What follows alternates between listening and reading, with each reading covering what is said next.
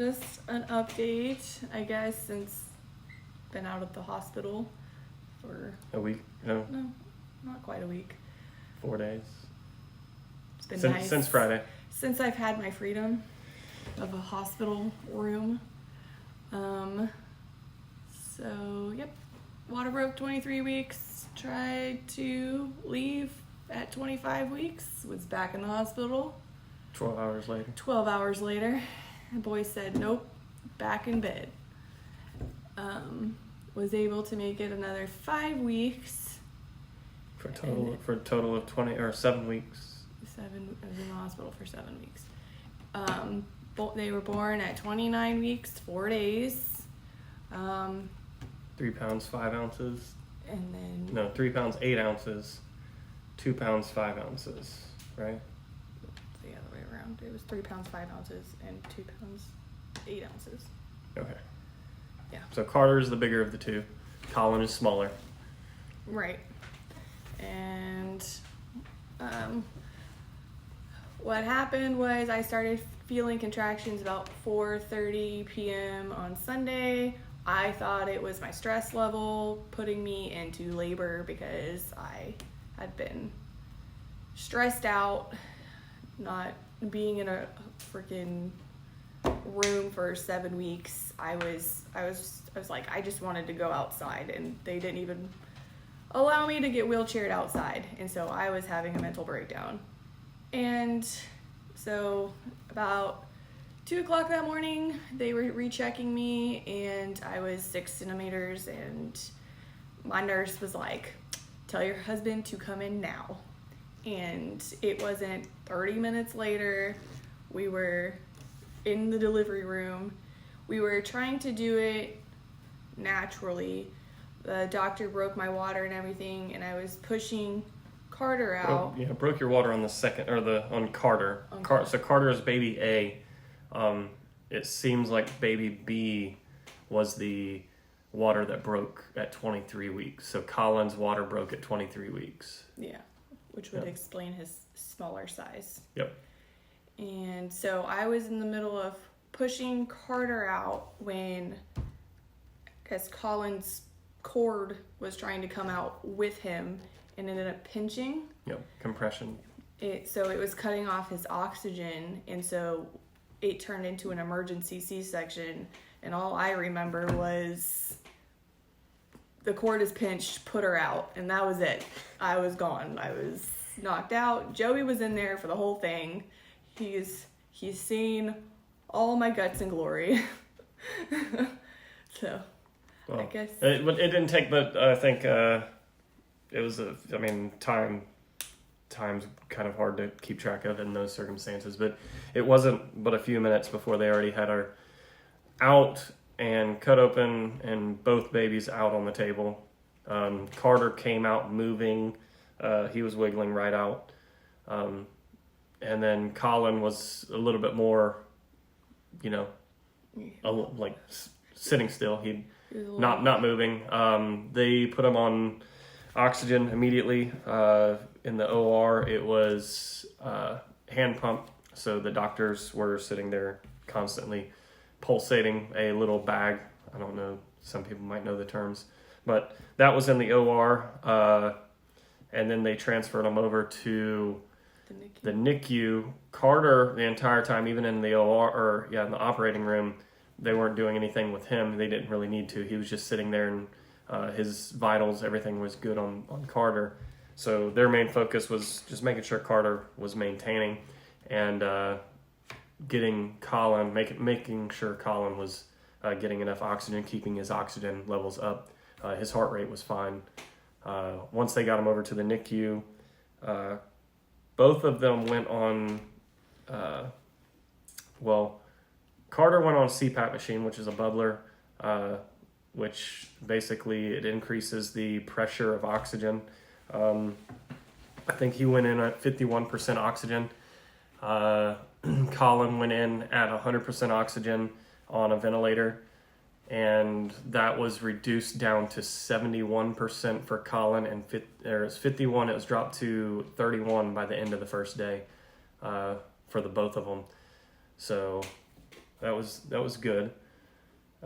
Sarah was put on she was put on quite a bit of pain medication. She was hit morphine, so awful. she itched for a little while. It was awful. I don't know how people do those drugs. For the first day, Sarah couldn't really go visit the babies until later in the evening, and even then she had some issues there with anxiety. No, that wasn't until the next. That was that evening, I believe. I thought it was morning. Did that happen? Well, so in the end, she was put in her room, so she was able to go see them. I saw them. My anxiety went up, and I guess earlier when they took my blood, my iron or my blood count was low or something, and so that's what they figured it was. But just a little bit of anxiety, and I already had low iron. They got me back to the room. I was put on iron and another bag of fluids, and they told me to relax. Pretty much. And I'm like, yeah, okay, relax. Well, babies were born on Monday morning, last Monday morning, October 4th. October 4th. At 2:24 and 2:25. Yep. And Sarah was released on Friday, last Friday.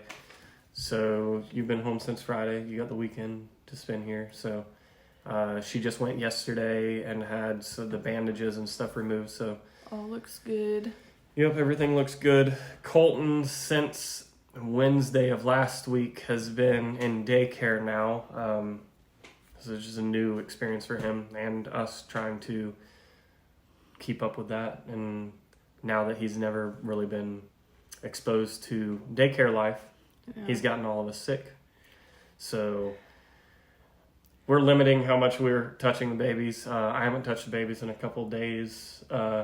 We didn't go. I just go and I don't even open up the case. I just pretty much just look at them because I'm afraid to get them sick or pass any germs to them. As soon as we started showing symptoms, we called the NICU, told them, hey, we're not coming in at all because we want to make sure we were fever free for 24 hours. We didn't have any fevers, but just for a safety precaution, we were making sure that we weren't going to have any fevers. It just ended up being nasal stuff and nasal and throat, a little bit of sore throat.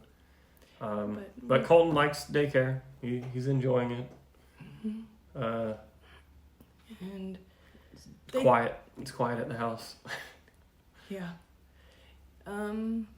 So the boys are doing good, both off the UV lights. They both still have their oxygen going through their nose right now. It's 21% oxygen, which is, 21% is actually what we breathe naturally. That's atmosphere. That's the amount of oxygen in the atmosphere. So they're breathing what we breathe. They just have a little bit more pressure going, in. So it's helping them, making it easier for them to take it in. They tried pulling Carter off a day ago off of the oxygen altogether, and I guess he had a couple spells yesterday where his heart rate would just drop, and they were starting to become more frequent, and so they just put him back on. They put him back on it just for safety. And he hasn't had any all morning. Not since she said he hasn't had any. No. I know Colin had one while we were there. Yeah. So basically, whenever they have those, they just tap them or most of the time, touch them. They're able to pull themselves out of it, but sometimes they have to stimulate them by touching them and like, hey, gotta use those lungs. Pretty much at this stage in their development, their body is not accustomed to the need to breathe. They're not supposed to be breathing. Yeah, they're not supposed to be breathing this young. So every now and then their body forgets to take a breath. Yeah. So that's whenever that situation comes about. But they're doing pretty good for the most part. They just get a spell every now and then. They've kind of plateaued on their weight, and so this afternoon at noon they were gonna add, what's it called? It's a human milk fortifier. Fortifier, that's what it was. Yeah, like I said, some It people probably know a little bit more about it than we do, adds but a few more calories add some calories, some nutrients, and to the breast milk that I've been dropping off, and then they'll slowly start to increase it. They just want to make sure they can handle it before they load them up. They'll start off with a couple extra calories of that stuff, and then they'll work their way up until they see a difference in their weights. right. Because Carter was 3 pounds 5 ounces when he was born, and he's down to 3 pounds, and he's been that way for a couple days. And then Carter was 2 pounds 8 ounces, and he got back up to 2 pounds 8 ounces, but then he dropped back down to 2 pounds 7 today. So they're just gonna try to fatten him up, which I'm good with. And this weekend, they're saying that we might be able to hold them for the first time. We've only been able to touch them through basically inside of their little incubator. And currently they're in their own separate incubators. Eventually they'll get their together. They'll be actually in a large incubator together, which would be nice. They can smell each other, touch each other, which in the womb, that's what they're used to, especially being twins. So, other than that, it's pretty much the full. We're just kind of riding it out, taking it day by day. They're growing and slowly they're growing. They're maturing slowly. Haven't really grown much, but they are maturing. Lungs are good. I mean, their lungs are obviously getting stronger every day that they use them. Small strides. I'm glad they're off their UV lights. They had the mask over their face. We got to see Colin's eyes today. Yeah, he finally opened them. Another thing is that the doctors said that they're not... Originally, they're saying that they probably won't be discharged until the original due date, which is December 16th. And then recently, I think last Friday, one of the other doctors was saying that she thinks it might be more like around Thanksgiving. So as long as they keep right, as long as nothing changes and they continue on the path they're on. So hope for the best. Hope for the best. I guess that's the official, telling everybody that they're here. I know we've been trying to keep up with it as many people as we can privately. And then keeping up with the group as well. So this would be telling everybody what's going on and how things are doing. So we're going to continue visiting the hospital. We visit the hospital, try to visit the hospital once a day. Here the past couple days, it's been a lot shorter visits, simply because we're not feeling 100%. We didn't really want to open the things up and touch them and see them, and it's kind of disheartening to just stare at them through the glass. But you don't. I mean, it's basically it's for their own milk good. Off and staring at it for a few minutes, trying to talk to them through the glass, and all right. So and then we just watch them on the monitors at the hospital. Let us see. But normally, like last week before we got sick, we would typically spend a couple hours with each one of them. Well, a couple hours with them total throughout the whole day. Mm-hmm. So that'll probably become the norm, as we'll go up there for a couple hours and spend some time with them every day instead of little 30-minute visits. Especially once we get to hold them. Yeah. More skin-to-skin contact. Yep. So we'll continue to keep everybody updated, but as of right now, that's pretty much the gist of it. We're just maybe playing it day by day, and every day they get stronger and we'll try to better.